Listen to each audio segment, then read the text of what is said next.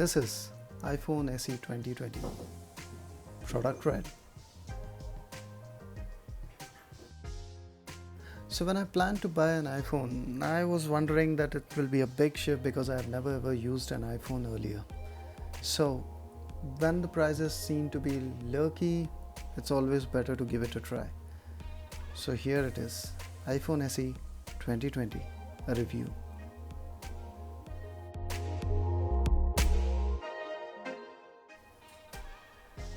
Right, so let's talk about some internals. What we have in front is a 4.7-inch IPS LCD panel with 625 nits of brightness. Internally, it has a A13 bionic chip, which was last year's top-notch processor for iPhones. In the back, we have a 12 megapixel shooter with 1.8 aperture lens, having a capability of 4K video at 60 fps. In front, we have a 7 megapixel shooter with 2.2 aperture lens, capability of Full HD 30 fps recording. In terms of battery, you have 1821 mAh battery with the capability of fast charging up to 18 watts, but you will get a 5-watt charger in the box. In terms of SIM capability, it has a dual SIM capability, with one being an eSIM and one is a physical SIM which can be swapped easily. For eSIM, I would suggest you need to connect up with your service provider to check whether they support eSIM for postpaid or prepaid. Okay, in my experience, Jio was able to provide eSIM support for both postpaid and prepaid, whereas Airtel is only restricted to postpaid. Talking about the internals, I have here 3 GB of RAM with 128 GB of internal storage. I would suggest better go for this option so that you can do multitasking very easily and can store a lot of data in iPhone. Today's norm is 128 GB and I would highly recommend you to go with that option. In terms of UI, we have iOS 14 with some key features been updated. You have the updated app library, you have the new widget, then you have this dark mode enabled. You can easily enable, and it's a really good display even though it's an LCD panel, but the display is pretty good in the dark mode as well, which is a good option to choose for. Okay. Well, in terms of experience from Android to iOS, yes, this is something different. The way the app management is done over here, the way the app drawer comes in picture, the bottom swipe for getting into settings, all these things actually are new to me, but it's a good learning. I mean, someone who wants to learn iOS, I think with a zeal to know a new system, would find it a bit challenging, but very interesting and very fun loving way of looking at this UI. If you're planning to buy this phone, then I would recommend go with a clean slate, as this will be an altogether new learning. It would be like a shift from your standard phone to a smartphone. Similar to that, you will be you need to learn again the whole new system, how it works, how it operates, how are the apps being driven from the system, how they function, how you need to swipe out, how you need to swipe in, going back to the basics of Android. Now Android is more of gesture and smart swiping and all, but iOS is more about, at least the iPhone SE I would say, is more about going back to the roots, sticking to the basic, more of function driven. You have to press key for back, you have to activate the smart key for going back and all, so that you don't press the touch ID more. Okay, let's talk about the touch ID. The touch ID is basically the fingerprint sensor for iOS, or let's say the iPhone. Yeah. It is fast, it is good, and I think it is a much more secure way of protecting your phone, your data, rather than the Face ID. And looking at the current COVID situation with the mask on, Face IDs would be a challenge. The best way right now to work with is with the Touch ID. So it's fast, it's buttery fast.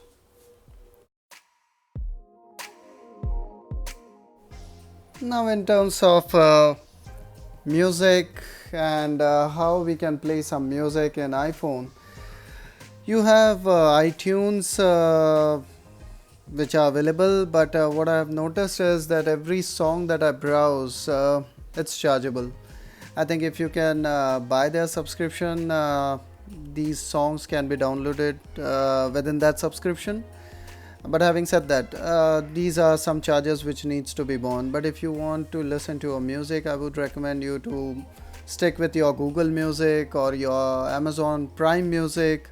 You know, those ones which you have already subscribed, you can download the app, and you can easily play those music on your iPhone.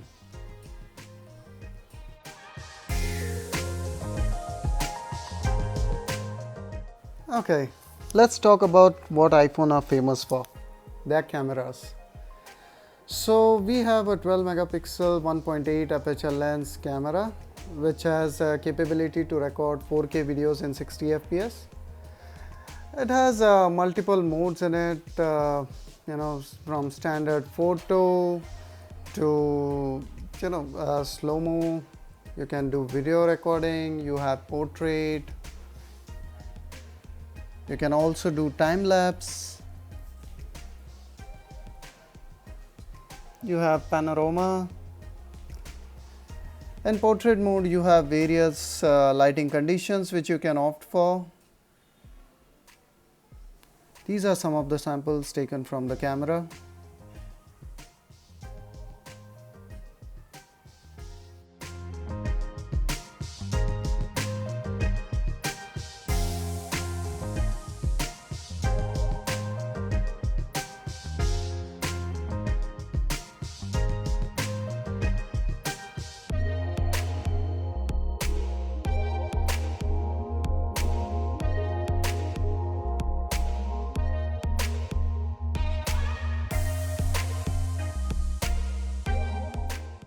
Okay, let's talk about some videos now.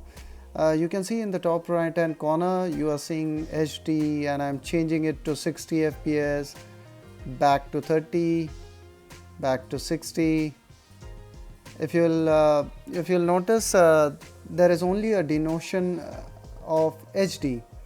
That basically means HD as well as full HD. So that is some kind of a juggle which you need to be doing. But if you click on that, you will be able to change it to HD, 4K, 4K 30 fps. For swapping between HD and 4K, you have to click on HD and 4K to interchange between HD, full HD and 4K. And for the frame rate, you have to click on the frame rate of 30, 60, the number, and then it will change.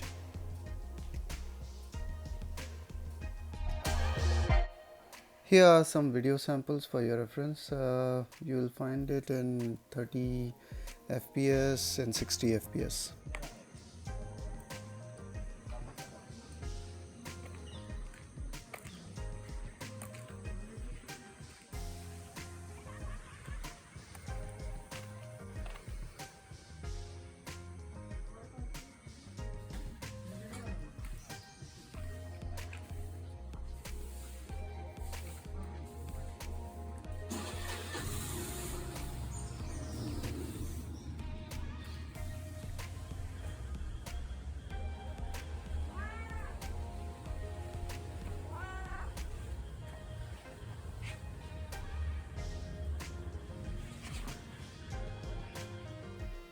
So if overall I have to tell you how the iPhone experience is, I would say that this is a wonderful experience.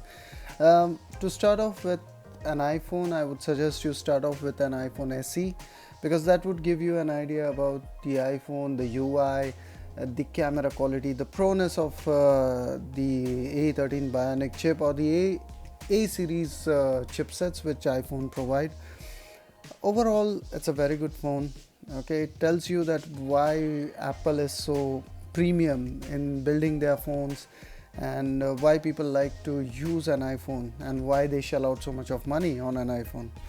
This is a fantastic phone to look out for, right? In terms of protecting, just in case if you want to protect your phone, want some tempered glass or a back cover, I would give some links. Okay, and you can use those accessories for your utilization. Finally, subscribe to my channel by hitting that bell icon to get notified on all my latest videos. Hear me signing off. Thanks for watching and keep learning from my mistakes.